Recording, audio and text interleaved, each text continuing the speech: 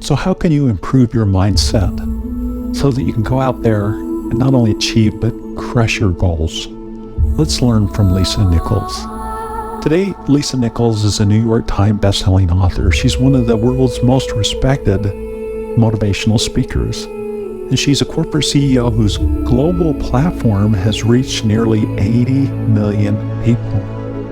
Life was challenging for Lisa, and her success is an incredible inspiration for all of us. She grew up in South Central Los Angeles and faced many challenges in her childhood, including poverty, abuse, and the lack of positive role models.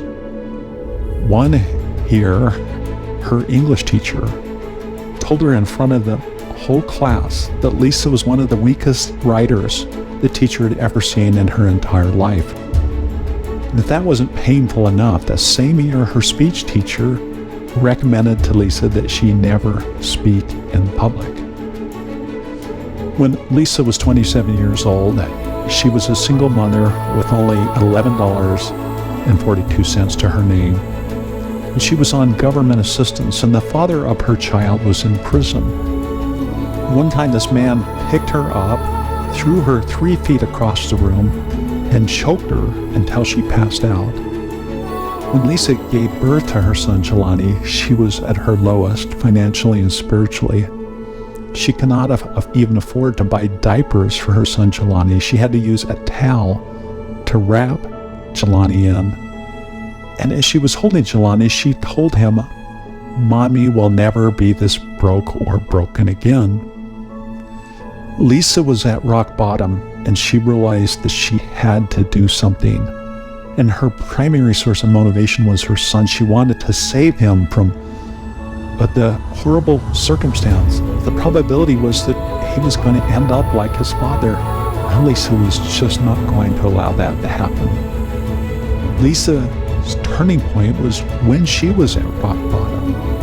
She made a commitment to her son and to herself that she never gave up on.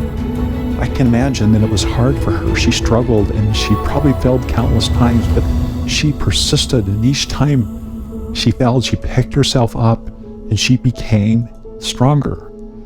To succeed, she says, you need to work on it, just like building your muscles. You need to know where you're going. You need to understand what the results are that you're going to work towards. You need to surround yourself with a tribe of people that inspire you to succeed. She said, there's no sprinkling fairy dust in this journey.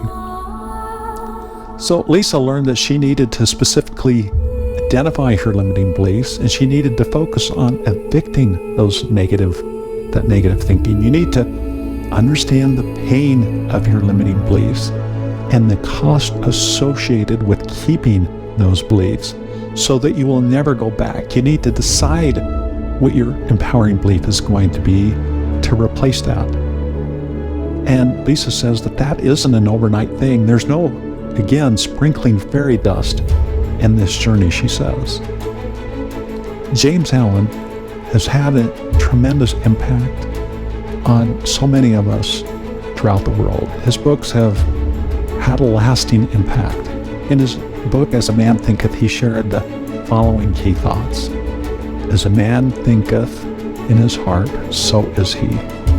Man is the creature of his thoughts.